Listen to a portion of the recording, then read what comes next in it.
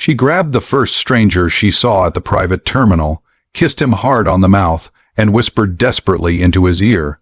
That stranger happened to be standing in front of a $70 million Gulfstream G650. What she didn't know was that he owned it. What he didn't know was that this one impulsive moment would unravel everything both of them had carefully built in their separate worlds. The ex-boyfriend who came charging through those airport doors that day was a man who never accepted no for an answer. The stranger she kissed was a man who had built his entire fortune on calculated decisions, not reckless ones.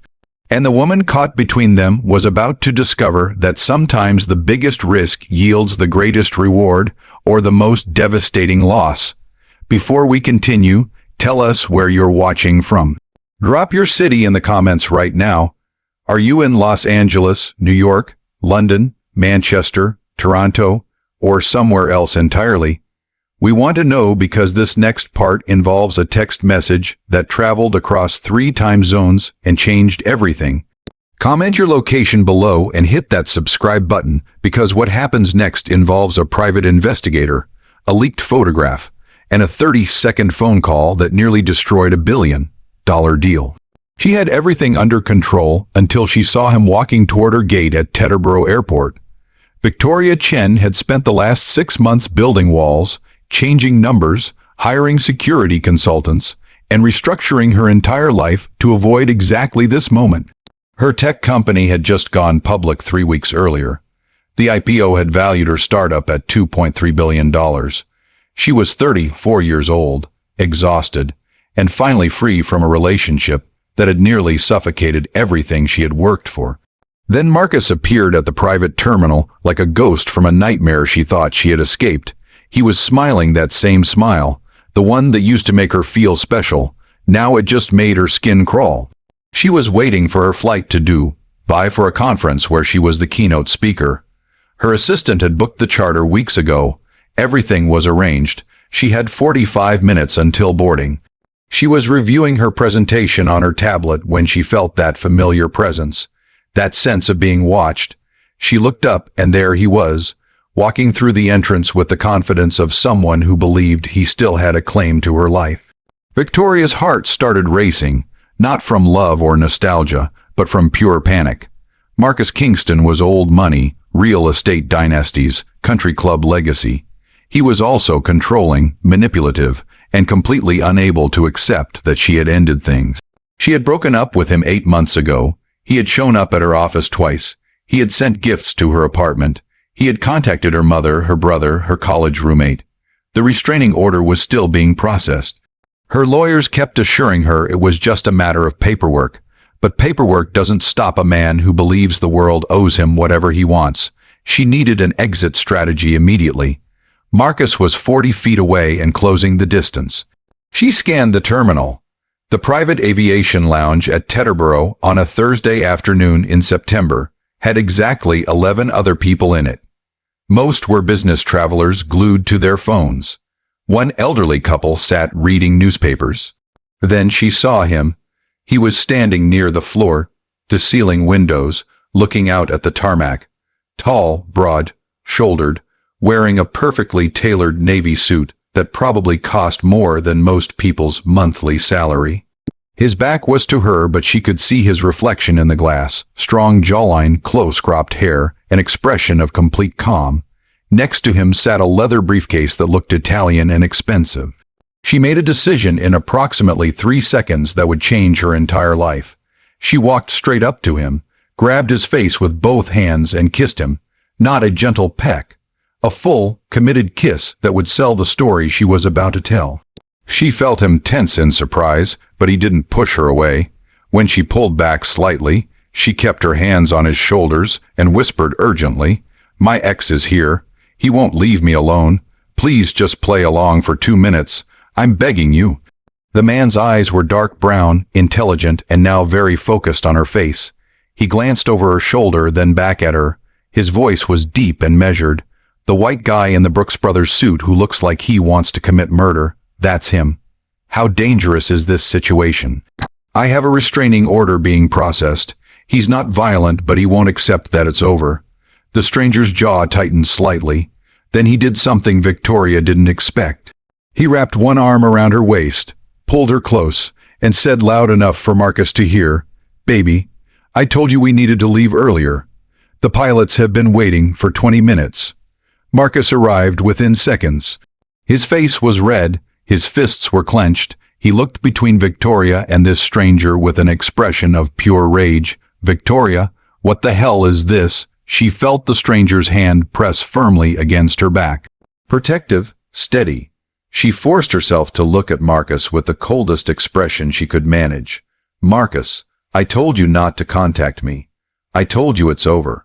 I don't know how you found out I'd be here, but you need to leave. Who is this?"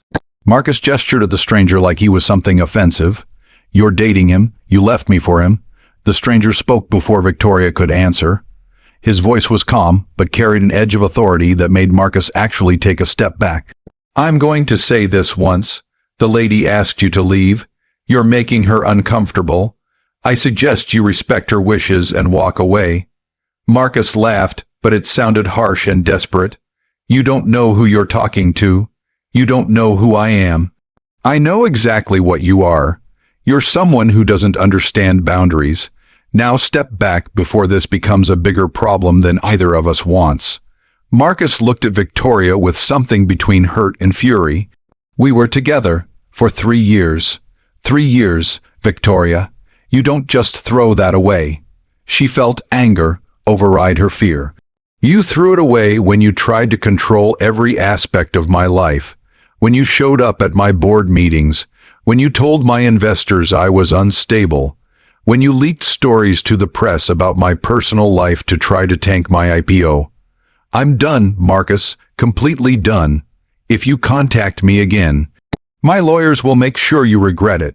The stranger's arm tightened around her waist. She realized he was positioning himself slightly between her and Marcus, subtle but deliberate. Marcus pointed at her with a shaking finger. "This isn't over. You're making a huge mistake. Sir, I'm going to ask you one more time to leave." The stranger's voice dropped lower. "Or I can call airport security and we can discuss this with the police." For a long moment, Marcus just stood there. Then he turned and walked away, but not before shooting one last look over his shoulder. A look that promised this wasn't finished. Victoria realized she was shaking. The stranger didn't let go immediately. He waited until Marcus disappeared through the exit before he gently released her. She stepped back and really looked at him for the first time. He was probably late 30s, maybe 40. Handsome in a way that suggested discipline and confidence rather than vanity. There was a small scar above his left eyebrow. His watch was a Patek Philippe. His shoes were custom. Everything about him suggested wealth, but not the flashy kind, the quiet kind. The kind that didn't need to announce itself. "I'm so sorry," Victoria said. Her voice came out shakier than she intended. "That was completely insane and inappropriate, and I just grabbed you and—" He held up one hand. "Are you safe? Is he going to come back? I don't know. God, I don't know. I'm supposed to fly to Dubai in 40 minutes. "What airline?" "It's a charter, NetJets." He nodded slowly, then he picked up his briefcase. "That's not going to work." "What do you mean? If he knows you're here, he might know your flight details." "Does he have contacts in private aviation?" Victoria's stomach dropped. Marcus knew people everywhere. His family owned half of Manhattan's real estate. Of course, he could find out her travel plans. "You're right." "Oh God, you're right. I need to call my assistant. I need to reschedule everything." The stranger was quiet for a moment. Then he said something that made no sense. "Gate 7, Gulfstream with registration number ending in 7 Kilo. That's my plane. We're flying to London in 15 minutes. If you need to get out of here safely, you can come with me." Victoria stared at him. "Your plane, my plane. You own a Gulfstream, yes." "Who are you?" He extended his hand formally. "David Monroe. I run a private equity firm. And before you ask, yes, this is completely irregular. No, I don't make a habit of offering flights to strangers who kiss me in airports. But that man who just left looks like someone who doesn't give up easily, and I'd rather make sure you get where you need to go safely than read about an incident in the papers tomorrow." Victoria shook his hand. His grip was firm and warm. Victoria Chin. "I run a tech company, and I think I just had a complete mental breakdown in front of you. You handled yourself well. Most people freeze in situations like that. I wasn't expecting him. I thought I was finally free." David's expression softened slightly. "Men like that don't let go easily. You mentioned a restraining order. It's being processed. My lawyers keep saying soon. Soon isn't fast enough if he's tracking your movements." "Do you have security?" "I have a team for the office. I didn't think I needed personal security." "You might want to reconsider that." Victoria pulled out her phone. Her hands were still trembling slightly. "I need to think. I need to call my assistant and figure out what to do about Dubai." David checked his watch. "You have 14 minutes to decide. But Victoria, I'm serious about the offer. I have 2 seats on that plane. One of them is empty. We're stopping in London, then continuing to Dubai tomorrow morning. If you need a safe way out of here, it's yours. No strings, no expectations. Just someone helping someone else in a bad situation." She looked at him carefully. Everything in her life had taught her not to trust easily, especially not men who showed up offering solutions. But something about David Monroe felt different. Maybe it was the calm way he had handled Marcus. Maybe it was the fact that he had a $70 million jet and wasn't using it to impress her. Maybe it was just desperation. But she heard herself say words she never thought she would. "Can you give me 5 minutes? Take your time. I'll be at gate 7. She called her assistant first, then her head of security, then her lawyer. Everyone had the same advice: get out of there, change your plans, don't let Marcus know where you are. Her lawyer was particularly blunt. "Victoria, this man has escalated 3 times in the last month. Showing up at the airport is a massive red flag. Take the alternative flight. I don't care if it's with a stranger. Right now, a stranger is safer than a predictable schedule." Her head of security ran a quick background check on David Monroe while she waited. 60 seconds later, he called back. "David Monroe, 42, founder and CEO of Monroe Capital Partners, net worth estimated at north of $3 billion. Clean record, no lawsuits, no scandals, sits on the board of 3 charities. The Gulfstream is registered to his company. Everything checks out. If you're going to accept help from a random person, this one seems legitimate." Victoria made her decision. She grabbed her carry-on and walked toward gate 7. David was talking to 2 pilots when she arrived.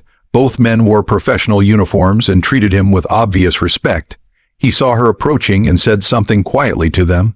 They nodded and headed toward the plane. "You're coming?" David asked. "If the offer still stands." "It does. We'll be wheels up in 10 minutes. There's Wi-Fi on board, full office setup. You can work during the flight if needed." "I need to be in Dubai by Saturday morning. We'll land in London tonight, stay at a hotel near Heathrow, then fly out tomorrow afternoon. You'll arrive with time to spare."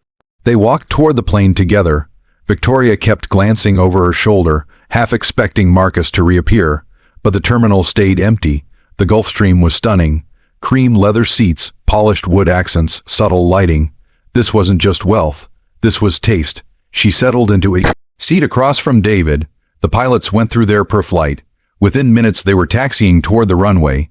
Victoria watched Teterboro Airport disappear behind them and felt something in her chest finally unclench. She was safe, at least for now. "Thank you," she said quietly. "I know that is insane. I know you had no reason to help me." David looked up from his laptop. "My sister was in a relationship like that once. Took her 2 years to get away from him. I remember what it looked like when she was scared." "I saw that same look on your face back there. Is she okay now?" "She's married to someone who treats her well. 2 kids. Happy. But it took time, and it took people helping her when she needed it." Victoria felt her throat tighten. "I built $1 billion company. I have 200 employees. I just rang the bell at NASDAQ 3 weeks ago, and I couldn't stop one man from showing up at an airport." Power in business doesn't always translate to power in personal situations. That's not weakness. That's just reality. They flew in comfortable silence for a while. Victoria worked on her presentation. David read through what looked like investment reports.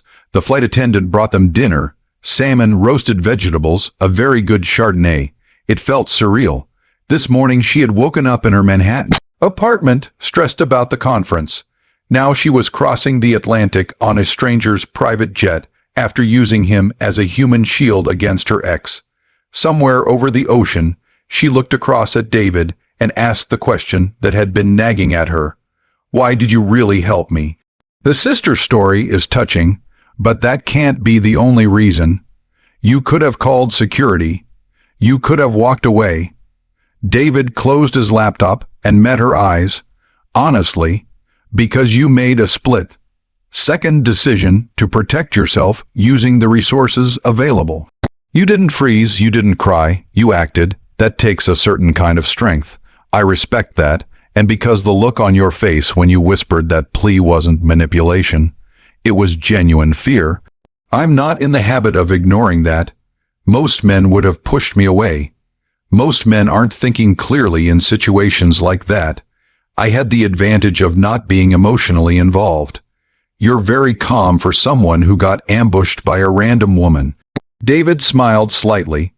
I've negotiated hostile takeovers with men who wanted to destroy me. A surprise kiss ranks maybe fourth on my list of stressful situations this month. Victoria laughed, actually laughed. It felt good. What was first? A deal in Tokyo that went sideways because someone leaked confidential information. Lost me $40 million and 3 months of work. Second, my mother trying to set me up with her friend's daughter at a charity gala.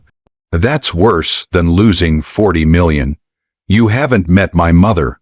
They talked for the rest of the flight. Really talked about business, about pressure, about the cost of success. Victoria learned that David had built his firm from nothing. Started with $200,000 and an idea. Grew it over 15 years into something massive. He worked brutal hours. He had very few close friends. He hadn't been in a serious relationship in 3 years because he couldn't find someone who understood his life. She told him about her company, about starting it in her apartment 7 years ago, about the rejection from investors who told her a woman couldn't run a tech company, about proving them wrong, about Marcus and how he had seemed supportive at first, then slowly tried to take credit for her success, then tried to undermine it when she pushed back. He told people I was sleeping with investors to get funding. Victoria said quietly. He started rumors that my CTO was actually running the company and I was just the face. When that didn't work, he tried to convince my board I was having a breakdown. That's when I finally ended it, but he won't let go. David's expression hardened. Men like that see women as possessions. When you succeeded without him, it destroyed his narrative. Now he's trying to destroy you to rebuild his ego. My lawyers say the restraining order will stop him. Paper doesn't stop men like that. You need real security, trained people who can anticipate problems. You sound like you know about this. I've dealt with corporate espionage, threats, competitors who play dirty. It's not that different. You identify the threat, you build defenses, you make it clear there are consequences. They landed at London City Airport just after midnight local time. David had a car waiting, a hotel suite booked at the Rosewood. He had his assistant arrange a second suite for Victoria on the same floor. You don't have to do this, Victoria said as they drove through London's empty streets. You've already done more than enough. You need a safe place to sleep and time to reorganize your travel. This makes sense. The Rosewood was exactly as expensive and discreet as Victoria expected. Her suite had a view of the London skyline, king bed, marble bathroom, fresh flowers.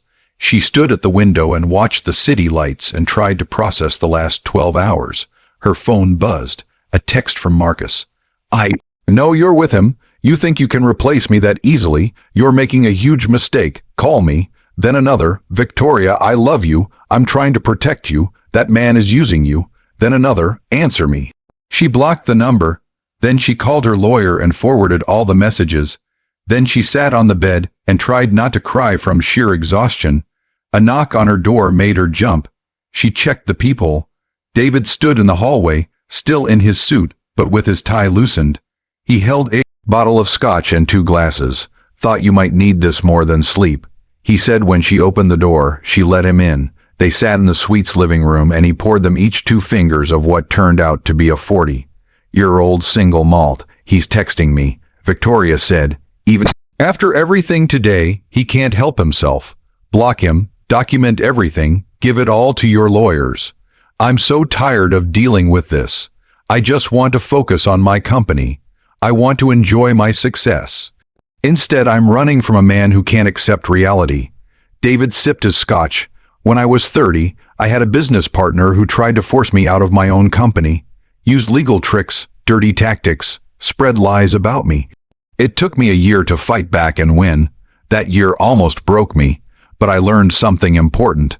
Some people will try to destroy you simply because they can't control you. The only way to win is to refuse to be destroyed. How did you do it?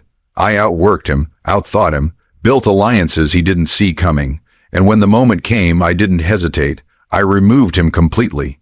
That's business, this is personal. The principles are the same. Identify your advantages, use them, don't apologize for being strong. Victoria looked at him over her glass. You're very good at this. The advice, the support. I've had practice. With your sister and others, I tend to attract people who need help. Maybe because I'm calm, maybe because I don't panic, I don't know. Or maybe because you're genuinely kind and people sense that. David smiled. I've been called many things. Kind isn't usually one of them. What are you usually called? Ruthless, calculating, cold. I don't see that. You've known me for 12 hours. 12 very intense hours. That counts for something. They sat in comfortable silence for a while. Then Victoria asked the question she had been wondering since the airport. Why haven't you been in a relationship for 3 years? David considered the question. Because I'm tired of people who want me for what I have rather than who I am. Because I work too much to be fair to someone. Because I haven't met anyone who makes me want to change that. That's lonely. So is being with the wrong person. True. They finished the scotch. David stood to leave, get some sleep. We'll fly out tomorrow at 2. That gives you the morning to prepare for your conference. David, he turned at the door. Thank you, really. I don't know what would have happened today if you hadn't helped me. His expression softened. You would have found another way. You're not someone who stays a victim. But I'm glad I could help. After he left, Victoria lay in bed staring at the ceiling. Her phone stayed silent. Marcus couldn't text a blocked number. She felt safe for the first time in months, and she felt something else, something she hadn't expected, interest, in David Monroe, in the calm, brilliant, mysterious man who owned a jet and offered help without expecting anything in return. This was dangerous. She knew it was dangerous. She had just escaped one relationship disaster. Getting involved with someone new, especially under these circumstances, would be catastrophic. But she couldn't stop thinking about the way he had positioned himself between her and Marcus, the way he had spoken with such authority, the way he had listened to her story without judgment. She forced herself to sleep. Tomorrow was another day, due. Bai was waiting, her conference, her speech, her life. This was just a strange detour. Nothing more, the flight to do. By the next day was different, less tense, more comfortable. They talked easily now.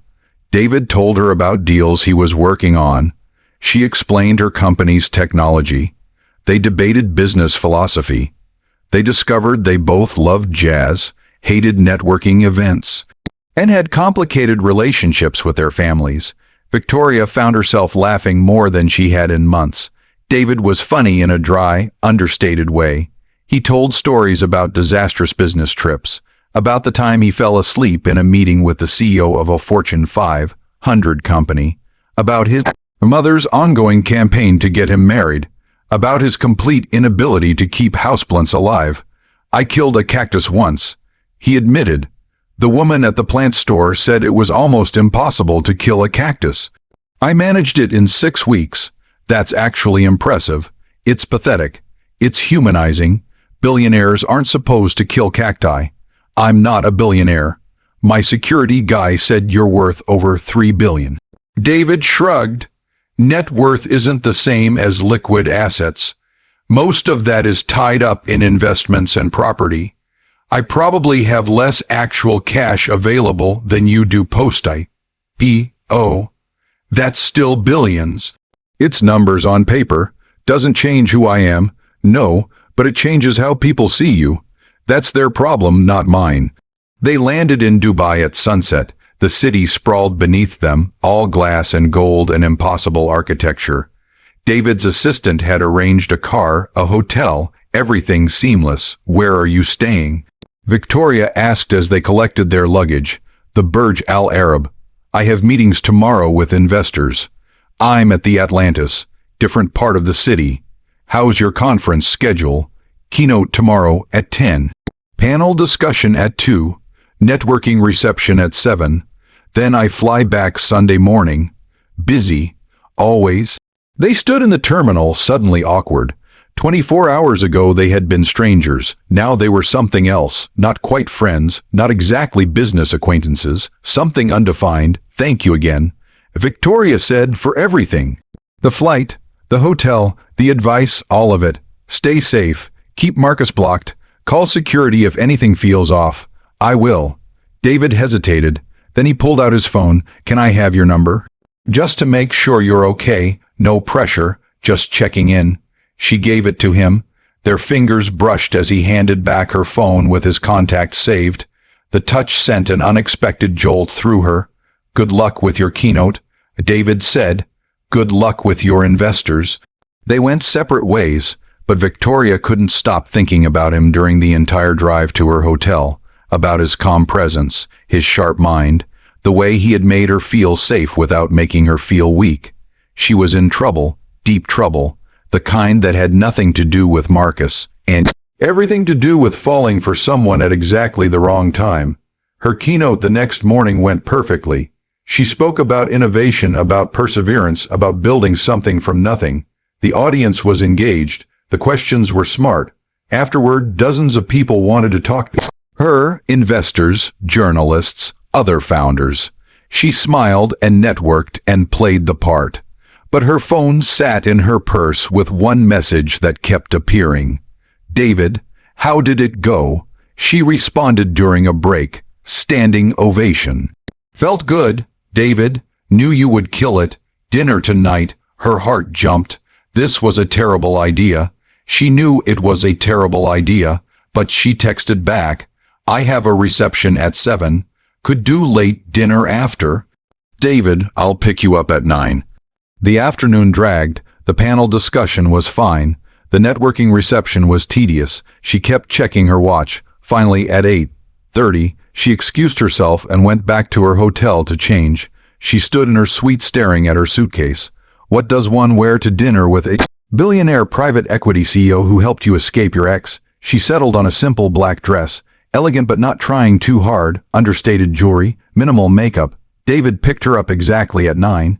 He had changed into a dark suit with no tie. He looked good, dangerously good. They drove to a restaurant on the top floor of the Burj Khalifa with views of the entire city spread out beneath them like stars.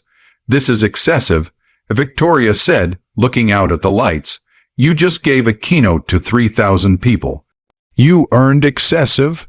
They ordered. The food was extraordinary, but Victoria barely tasted it.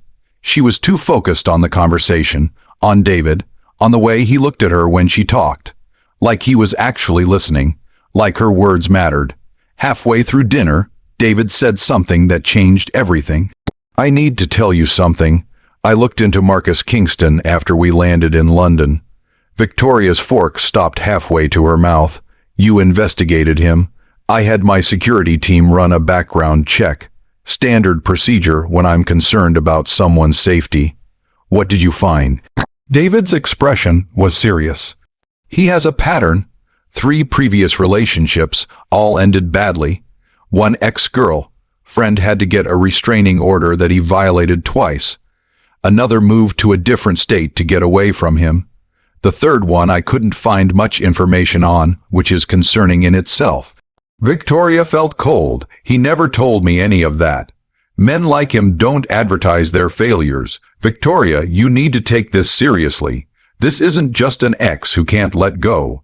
This is someone with a documented history of harassment. My lawyers know about the restraining order. That's not enough.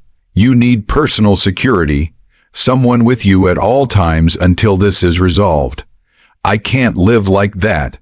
I can't have a bodyguard following me everywhere. Then at least let me help you find the right people. Discreet protection. You won't even know they're there most of the time. Why do you care this much? The question came out sharper than she intended. You don't know me. This isn't your problem. David was quiet for a moment. Then he said something that made her heart stop. Because in the last 48 hours you've become someone I care about, and I don't say that lightly. I don't let people in easily, but something about you, Victoria, something about your strength and your vulnerability and your brilliant mind makes me want to help. Makes me want to know you better, makes me want to make sure you're safe. The restaurant went silent around them, or maybe that was just in her head. Victoria stared at him across the table. David, I just got out of a toxic relationship. I'm not in a place to start something new, especially not with someone who lives on the opposite side of the country and runs $1 billion company and flies around on private jets. That's not my world. Your company is worth more than mine. You flew private to get here. This is exactly your world. You know what I mean. I do, and I'm not asking for anything you're not ready to give. I'm just being honest about how I feel. The rest is up to you. They finished dinner in a charged silence. The drive back to her hotel felt too short. David walked her to the elevator in the lobby. Before the doors closed, he said one more thing. I'm flying back to New York on Sunday. Same flight as you, if you want company. No pressure, just an offer. She nodded. The doors closed. She went up to her suite and sat on the bed and tried to process everything. Her phone buzzed. A text from an unknown number. I see you're in Dubai. Having fun with your new boyfriend. This isn't over, Victoria. You can't just move on and pretend I don't exist. Marcus. He had gotten a new number. He was tracking her somehow. She felt panic rise in her chest, then anger, then determination. She called David. He answered on the first ring. Marcus just texted me from a new number. He knows I'm in Dubai. I'm coming to your hotel. Pack your things. You're not staying there tonight. David, Victoria, he knows where you are. That means he either has access to your travel information or he's hired someone to track you. Either way, you're not safe there. I'm 10 minutes away. Pack. She packed. David arrived with his head of security, a former MI6 agent named James, who looked like he could break someone in half without breaking a sweat. They relocated her to the Burj Al Arab in a suite next to David's. James did a security sweep. They called her lawyers. They contacted the FBI. This crosses into stalking territory now. James explained, he's tracking you across international borders. That's a federal crime in the U.S. We have grounds for immediate action. Victoria sat in David's suite while they made calls. David brought her tea, sat next to her on the couch, didn't try to fix everything, just stayed present. I'm sorry, she said quietly. This is insane.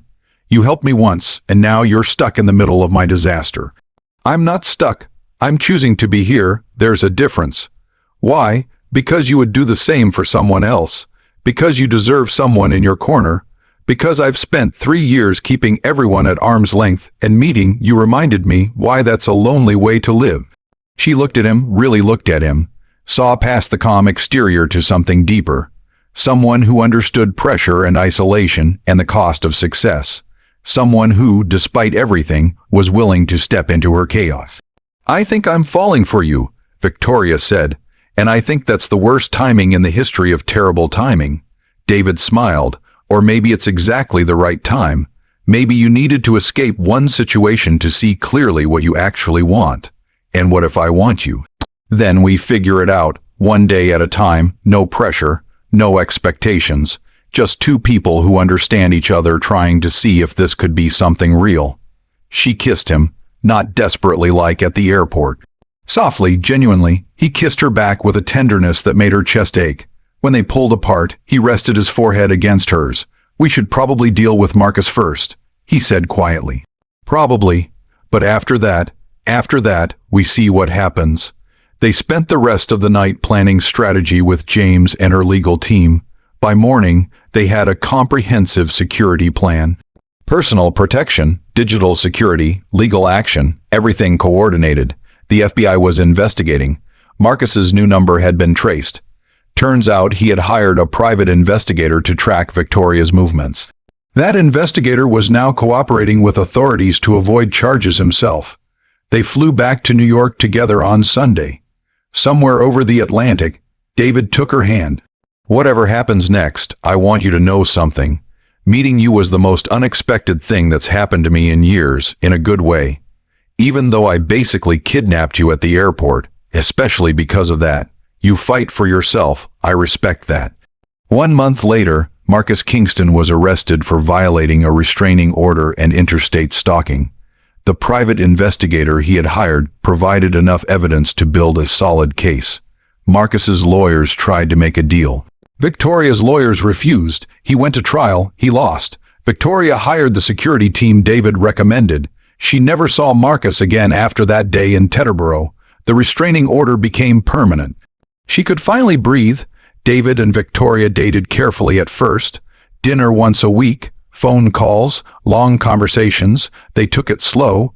Two people learning to trust again, learning that success didn't mean sacrificing connection. That strength came in many forms. 6 months after that day in the airport, David asked Victoria to move in with him. She said yes, not because she needed his protection, but because she wanted his partnership. His calm presence, his sharp mind, his ability to see her for who she really was, they combined their lives slowly. Two intense, driven people learning to share space, learning to balance empire.